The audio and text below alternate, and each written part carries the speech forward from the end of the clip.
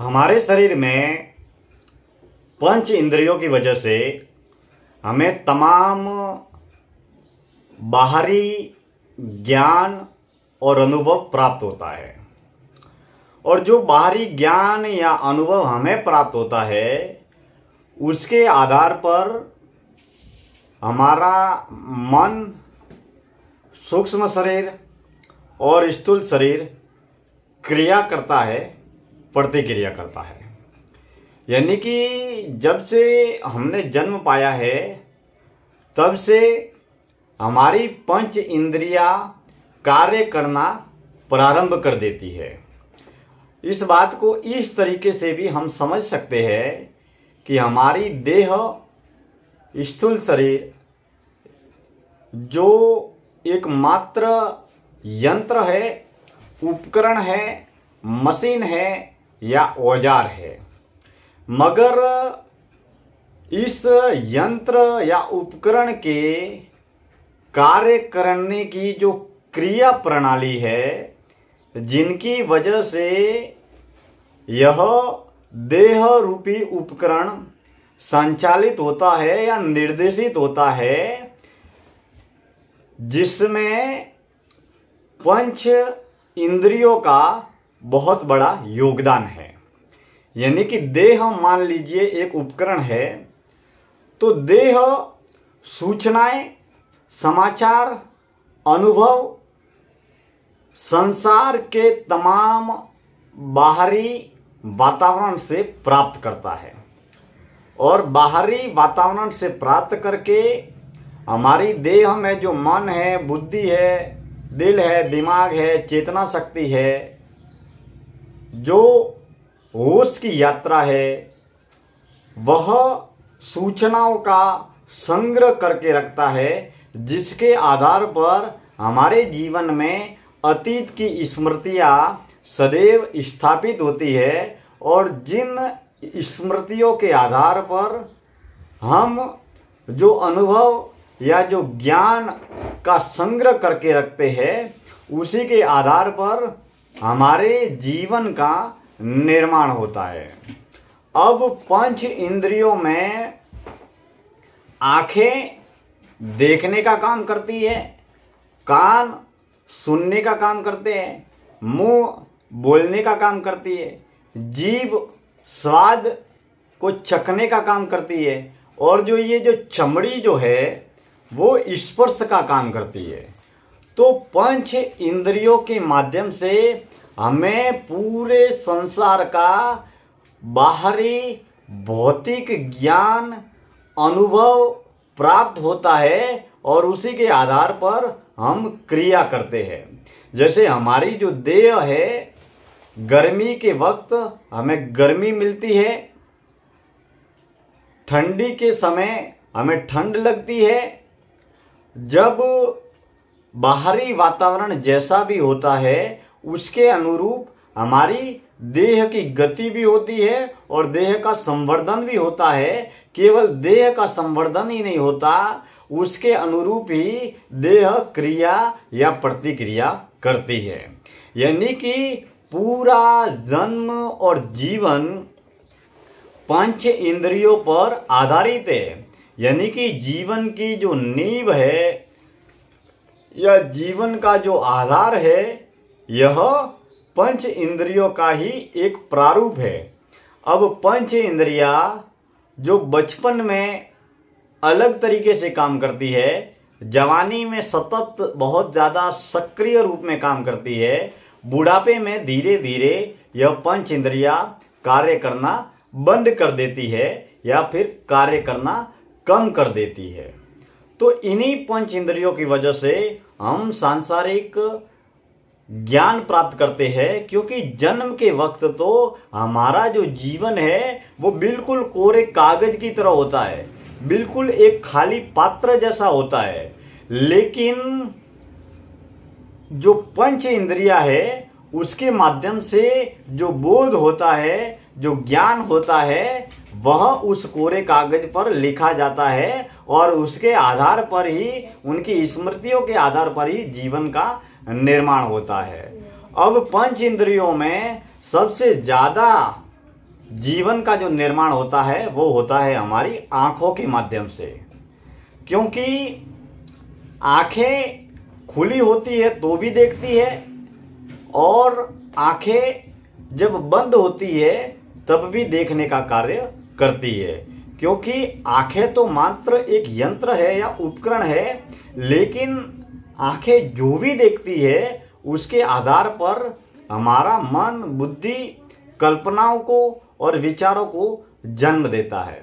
ऐसे मान लीजिए, इस बात को इस तरीके से भी समझ सकते हैं कि जिस तरीके से आंखें कार्य करती है उसी तरीके से हमारे कान कार्य करते हैं। जो बाहर की जितनी भी शोरगुल, कोलाहल, बातचीत, चिंतन, मंथन, जितनी भी बाहर की जितनी भी जो भी आवाज़ें आती है वो कानों के माध्यम से हमें सुनाई देती है। अब मान लीजिए मैं यहाँ पर बैठा हूँ और यहाँ पर बैठे हुए कहीं से भी दूर दराज जंगल से अगर कोयल की बोलने की आवाज़ आती है तो उस आवाज़ को जैसे ही मेरे कानों में पहुँचेगी तो उस आवाज़ को पहचान कर ही हम यह पहचान कर लेंगे कि यह आवाज़ कोयल की है। जबकि हम जहाँ पर बैठे हैं, जहाँ पर भी बातचीत कर रहे हैं, वहाँ पर कोयल हमारे सामने नहीं है। कोयल को हम देख भी नहीं रहे हैं, लेकिन कोयल जैसे ही बोल रही है तो कोयल की आवाज़ वायु के माध्यम से सीधे हमारे कानों के पर्दों पर टकरा रही है, और कानों के पर्दों पर टकरा कर हमारे बुद्धि के तल पर पहुंच रही है। फिर वो बुद्धि जो अनुमान लगा रही है कि हाँ, ये कोयल की आवाज़ है, कोयल बोल रही है।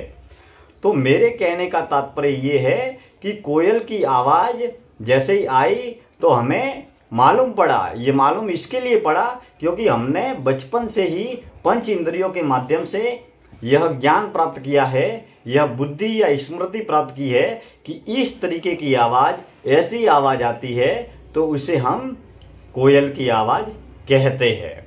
ठीक उसी तरीके से मान लीजिए हम सोचते हैं या विचार करते हैं हाथी।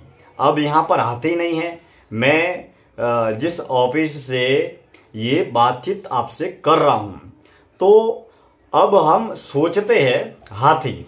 अब हाथी हमारे सामने भी नहीं है, हाथी हमारे पास में भी नहीं है, हाथी हम रखते भी नहीं है। लेकिन जैसे ही हाथी के बारे में हमने बोला या हाथी के बारे में हमने सोचा या विचार किया तो मन, बुद्धि, दिल, दिमाग में वो हाथी की छवि, हाथी ऐसा होता है, हाथी का चित्र ऐसा होता है, हाथी के ये 4 पैर होते हैं, ऐसा पूंछ होता है, ये होता है, वो होता है। तो हाथी की छवि का निर्माण किसने किया? ये हमारी पंच इंद्रियों ने किया। और पंच इंद्रियों ने अभी ही नहीं किया है। जैसे अभी हाथी के बारे में सोचा या विचार किया या चिंतन किया तो हाथी के सोचने की प्रक्रिया तो अभी प्रारंभ हुई है, लेकिन जब से जन्म हुआ तब से हमने इस प्राणी को, इस जीव को हाथी कहते हैं और हाथी ऐसा होता है। ऐसा हमने हमारे मन, बुद्धि, दिल, दिमाग में पंच इंद्रियों के माध्यम से यह ज्ञान संग्रह करके रखा है। यह जानकारी, सूचना, समाचार, ज्ञान, शिक्षा हमने स्थापित करके रखी है। अब हम जो भी लिखकर, पढ़कर, बोलकर, सुनकर, देखकर जो भी ज्ञान अपनी बुद्धि के माध्यम से जितना याद रख पाते हैं वह व्यक्ति ज़्यादा से ज़्यादा बुद्धिमान माना जाता है, ज़्यादा से ज़्यादा विद्वान माना जाता है। हमने ऐसी बहुत सारी बातें सुनी होगी कि बहुत सारे विद्वान, प्रकांड पंडित, ज्ञानी या ध्यानी या बहुत सारे विद्वान लोग किताबें की किताबें पढ़ देते हैं और उन किताबों को याद रखते हैं। और बहुत सारे लोग बहुत कुछ पढ़ते हैं, बहुत कुछ सुनते हैं, लेकिन वो बहुत जल्दी ही भूल जाते हैं। तो पंच इंद्रियां जितनी सजग होती है, सतर्क होती है, और पंच इंद्रियों के माध्यम से जो भी जैसा भी ज्ञान प्राप्त होता है उसे हम बुद्धि के तल पर जितना याद रख पाते हैं उतने ही हम विद्वान या बुद्धिमान कहलाते हैं। और फिर वह इंद्रियों के माध्यम से ही हम प्रकट करते हैं। जैसे मान लीजिए वाणी, बोलने की कला है, अभिव्यक्ति है, शब्द के माध्यम से जैसे मैं बोल रहा हूँ तो जो भी बोल रहा हूँ, जैसा भी ज्ञान बोल रहा हूँ, जो भी बातें मैं बता रहा हूँ, वह ज्ञान या वह शिक्षा या वह सूचना जानकारी हमने पंच इंद्रियों के माध्यम से ही प्राप्त की है, और वह बचपन से ही प्राप्त की है। आज अभी इसी वक्त प्राप्त नहीं की है, वह जानकारी हमने बचपन से ही प्राप्त की है या लगातार प्राप्त करते आ रहे हैं। तो हमने जो भी प्राप्त की है, सूचनाओं का संग्रह जिस तरीके का जो भी करके रखा है, उसी के आधार पर हम बोल रहे हैं या हम बता रहे हैं। वो हमें मन बुद्धि, हमारी जो बुद्धि जो है या मन जो है, वो जो हमें सुझाव दे रहा है और उसके अनुरूप हम बोल रहे हैं। दूसरा, विचारों की एक अनंत यात्रा है, जो हमारे जीवन में विचार नियमित निरंतर चलते रहते हैं, और इन्हीं पंच इंद्रियों के माध्यम से ही हमारे जन्म और जीवन का निर्माण होता है, जिसके आधार पर हम जीवन की गति तय करते हैं। आज की चिंतन यात्रा में इतनी ही बातें। हम अगली चिंतन यात्रा में किसी और नए विषय को लेकर आपसे बातचीत करेंगे, और हमारा जीवन पंच इंद्रियों के द्वारा संचालित होने वाले कार्यों और उनके द्वारा होने वाले अनुभव से ही बना हुआ है। लेकिन इसमें एक मुख्य बात ये भी है कि एक वो ज्ञान जो मात्र हमने लिखा है, पढ़ा है, बोला है या सुना है, लेकिन उसी ज्ञान को हम व्यक्तिगत रूप से, प्रायोगिक रूप से जब उसी ज्ञान पर चलते हैं, तब वह ज्ञान हमारा अनुभव बन जाता है, तब वह हमारा अनुभव बन जाता है। जैसे मान लीजिए कि यहाँ से दिल्ली जाना है, मुंबई से दिल्ली जाना है, तो हमने विचार किया कि बाय ट्रेन से जाना है, गाड़ी से जाना है। तो हमने सूचना प्राप्त की कि मुंबई से दिल्ली जाने के लिए क्या करना पड़ेगा, तो इत्यादि सारी जानकारी सूचना प्राप्त की कि ये करना पड़ेगा, ये वो करना पड़ेगा, टिकट निकालना पड़ेगा, यहाँ से वहाँ पर जाना पड़ेगा।